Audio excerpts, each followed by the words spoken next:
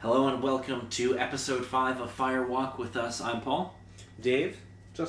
And this week we are discussing episode 4, The One-Armed Man.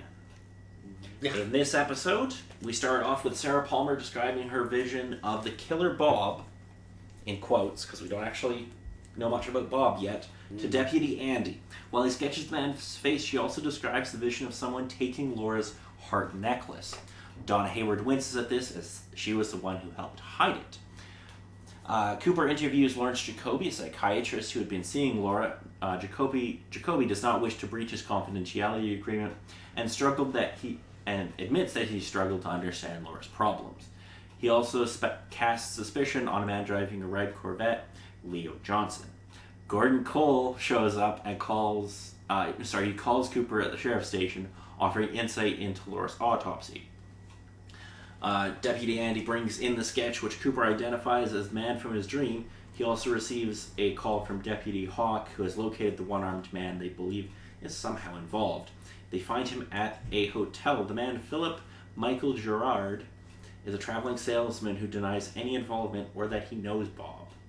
At the same motel, local businessman Benjamin Horn meets with Catherine Martell. The two are having an affair and planning to burn down the town sawmill owned by Josie Packard, the widow of Martell's brother.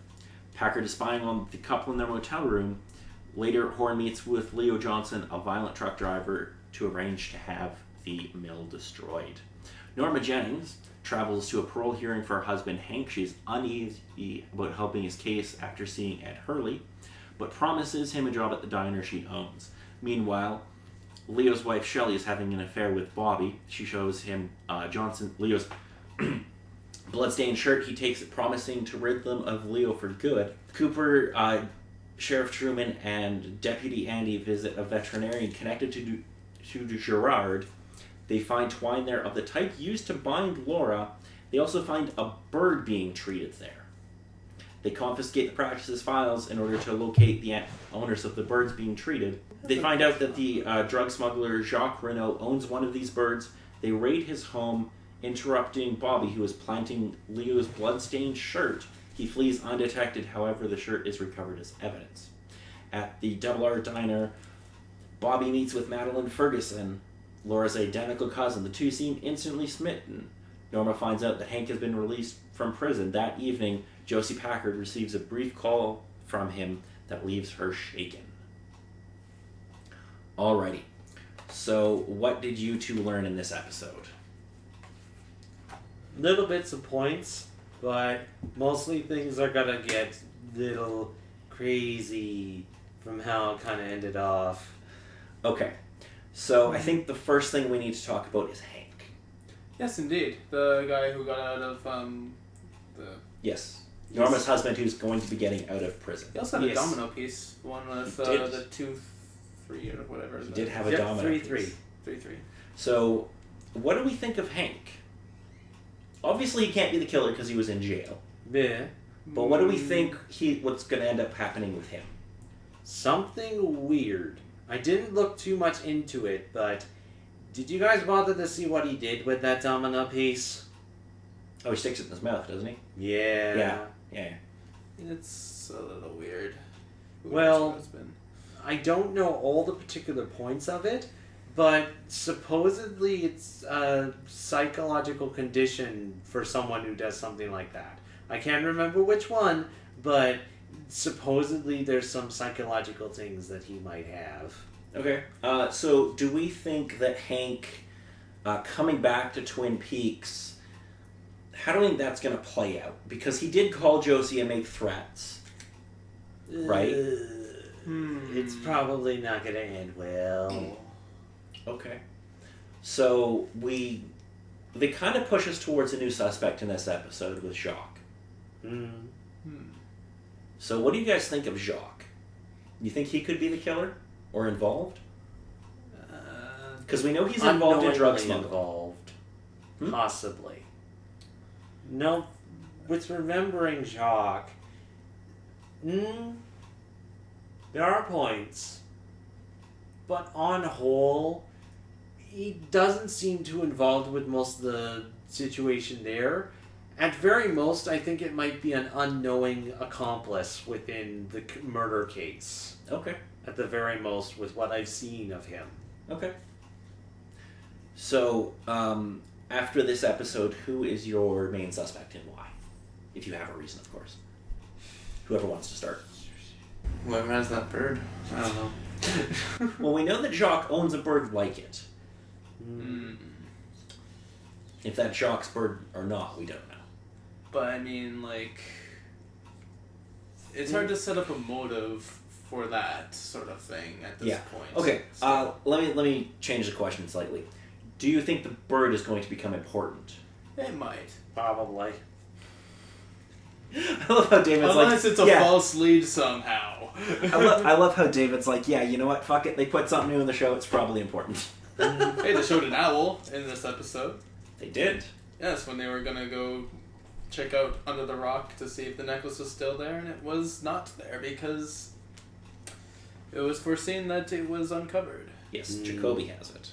Yes. So, I guess we know that they've shown and they've talked a lot about the woods, and they've started to bring up the owls. You have any idea what may be going on there? Is this like...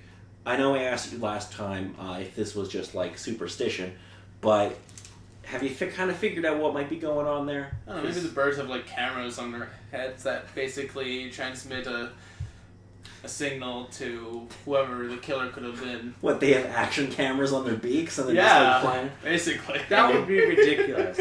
The owls themselves are cameras. And maybe remote control birds as well. Maybe they use the birds to kill. I don't know.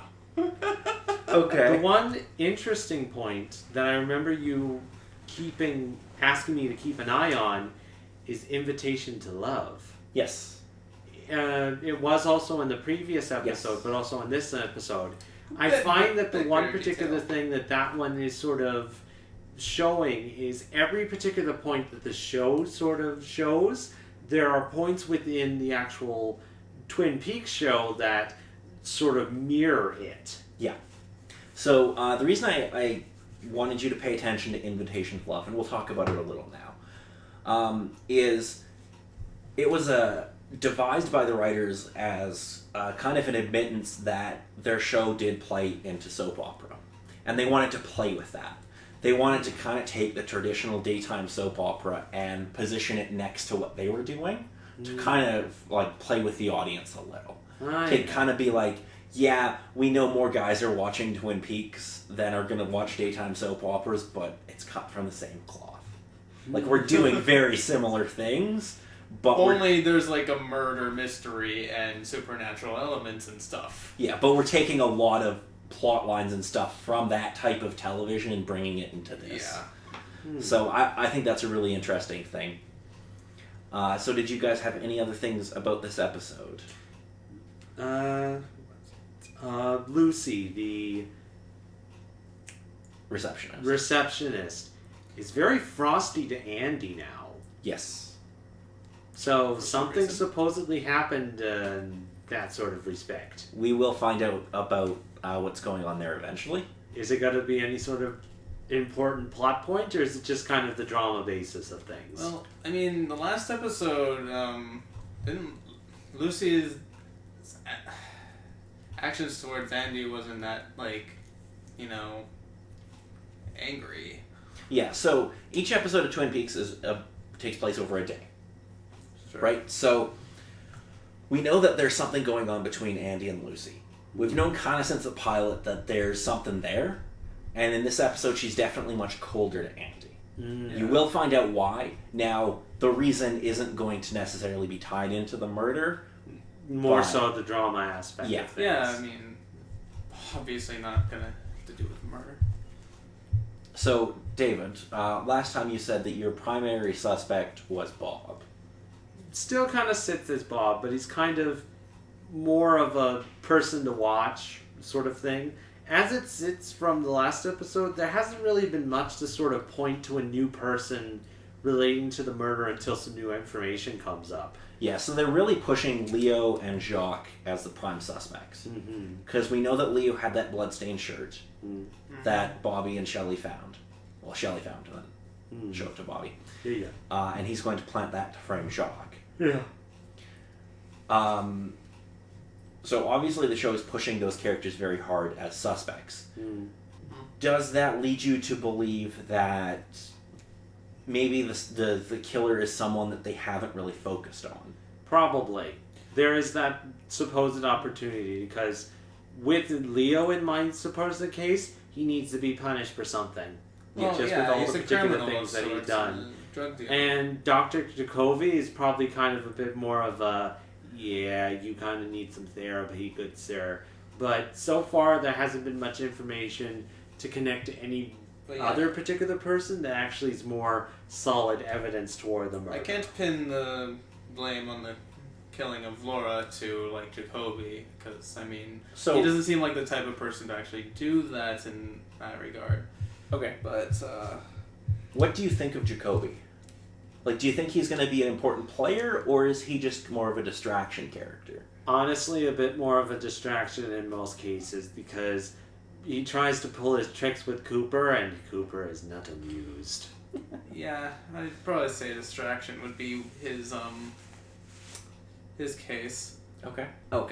So, are there any characters that you've so far written off that couldn't be the killer? Like, is there anybody you just go, I know this person didn't do it? Bobby didn't do it. Okay, so you're saying Bobby definitely isn't the killer? Yeah, no. No. Okay. No. No, he's too... Is there anybody else? Like, obviously we know Hank couldn't have done it, and we know Cooper couldn't have done it. No. Yeah, no. Not James. So not James either. Her name escapes me. Audrey? No, not Audrey. Shelley? She spoke with her. Audrey spoke with her in the bathroom, though, about wanting to gather some more information to give to Cooper Donna? to help with. Yeah, that would have been Donna. Yeah, for Donna. Yeah, I don't think she would have done anything. Okay. Are there any characters the show hasn't focused on that you're kind of like, I'm suspicious of that person for? Well, I any think reason? points would probably have to go to Audrey's brother, since there's only a point or two that we actually see him, but it's not too much focused upon him, because on the one hand, I guess he's not too vital of a character for what he supposedly does, but it also kind of leaves him as a bit of a wild card for what he is. Okay. Okay, so as you both know, because I've talked about the show a fair bit, there are obviously supernatural elements in this show. Mm-hmm. Do you think those are going to play into the killer? Or is it a straight murder mystery with some weirdness on the side, or is the weirdness going to become part of the main story? I would not be surprised if the weirdness is going to take over and take center stage on things. I want to say there is a killer. Okay. There definitely should be a killer in this. Okay. Not just a supernatural death. Okay. Well, we know that Laura was killed by, like, normal physical means. Yes. So she didn't have her blood drained. She didn't, like, have her soul ripped out or something ridiculous. Okay. That's interesting. For sure, I would say through an actual murder from a person. Okay. Potentially. Planned by a person, at least. Who Yes. knows? Yeah, so we think that Laura was killed by a person, and there's some supernatural stuff happening around. Yes. Okay, cool. And my last question, before we wrap up, will be, the town of Twin Peaks, surrounded by the woods, and there is the two mountains from which the town gets its name. Yeah.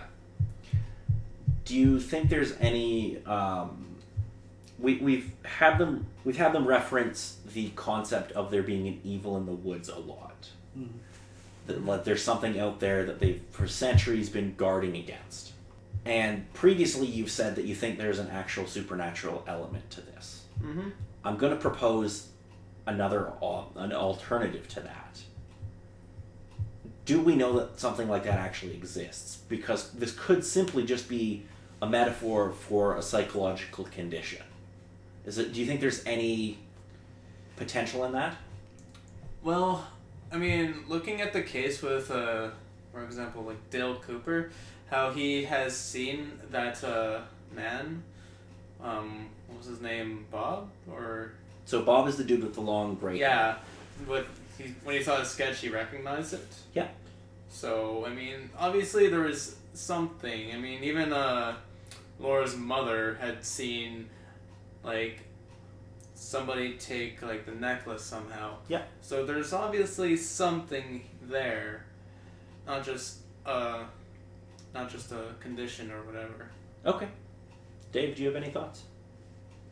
I'd have to agree mostly with what Justin had said, but the point that you bring up is a little bit interesting. Where if it is going to be the case that something more psychological is going to be coming into it for that sort of thing, it would be very subtle, and it would leave me sort of questioning what sort of problem a specific person within Twin Peaks has, because as it sits, aside from Audrey's brother, with having any sort of thing like that, I'd leave me guessing for who would have something like that. Okay. I have just one last thing to throw at you before we talk about who you think the killer might be and what you thought of the episode. One character that gets a fair amount of screen time, but nobody seems to, from what I've read, nobody ever seems to suspect, is Andy. Now, we know Andy got very emotional when he found the body and at the train car. You think it's possible that Andy's the killer? I never wrote him off. Okay. But, you know... It's an interesting sort of point you bring up about it, since most times that we do see him, he's either bumbling, doesn't seem to be up to the job for what he's supposedly doing, or seems incompetent in certain respects. Yeah, they definitely played Andy as a primarily comedic figure. Which is a good way to hide him from suspicion from the audience. Because he's just a funny guy. Yeah, it does raise some questions about him a little bit. But, I mean, we don't know too much more than what's shown on screen. Yeah, of course. Okay, so let's end with who you think the killer might be and what you thought of this episode.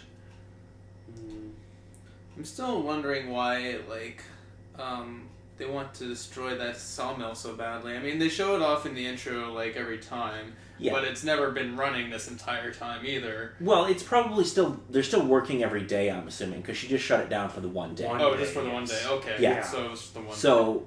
That seems to me. They have mentioned why they want it. They want the land for their like resort and whatever they want to build. Right. They need the land for that, so that's why they want to get rid of it. I thought there was some other ulterior motive for the most part. No, it's just they want to make more money. Yeah. I never trust those types of people anyway. Yeah. Alrighty.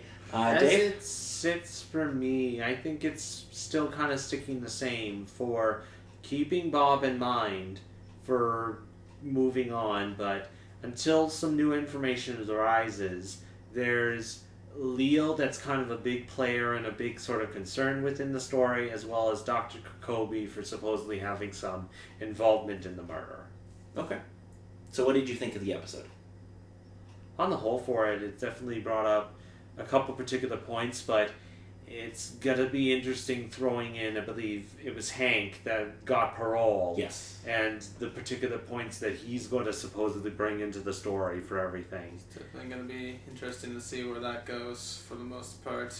Yes, so Hank is going to be something that we're going to be dealing with starting next episode. For sure. So, last thing, do either of you have any questions about the show for me? Now, obviously you can't ask me who the killer is, because I'm not going to tell you that. Who's the killer? It's you, Justin. Ah! You killed the joke, man. As it sits, I believe his name is Johnny, the biker gentleman that first hid the necklace. James? James, that was it. Yeah. Meeting up with her name that looks like... Donna? No. Lisa? Is it Lisa? Oh, you mean Madeline. Madeline, yes. Sort of meeting up with her. Names. I think it's kind of a question of, is it going to fall into the same sort of respect of him falling in love, technically again, with someone who looks like someone that he loved, and then the supposed love triangle that's going to ensue? Or is this kind of a point of supposed interest for the story, murder-wise, or just other story wise? This is more probably drama, I would say. So Justin's primarily right. So the fact that it's played by she's played by the same actress who played Laura is something you should definitely keep in the back of your mind. Obviously, it is set up because she looks identical to Laura, except she's got black hair as opposed to blonde. That is a definite reason why James kind of has that reaction. There's going to be stuff I can't get into that's going to happen later on, but she is going to be important to the overall narrative. Okay. I can see that happening, actually. I can see and keep an eye on that then. Because it almost seemed like Laura was living a double life from the sounds of it. Yeah, they're gonna really hit that metaphor over your head a lot. I guess the question will be if they hit you over the head with a soft little rubber mallet sort of thing, or if it's going to be a plank of wood or a cinder block. Oh no, they're bringing up the baseball bat, son. Oh boy. Awesome. Okay, any other questions for me? No, I think on the whole that pretty much covers everything I sort of seen. Okay, Justin, do you have anything you want to ask? No, I'm not going to ask who the killer is. I already asked and you... I won't tell you who the killer is. I should just start making up random answers. It's like... You already said that I'm the killer, so... Yeah, I was going to just start picking random characters in the show. Like, oh yeah, it was Shelley. She gone done it. Yeah, totally can see that one. Alright, so that's going to be episode 5 of Fire Walk with Us. I'm Paul. Dave. Justin.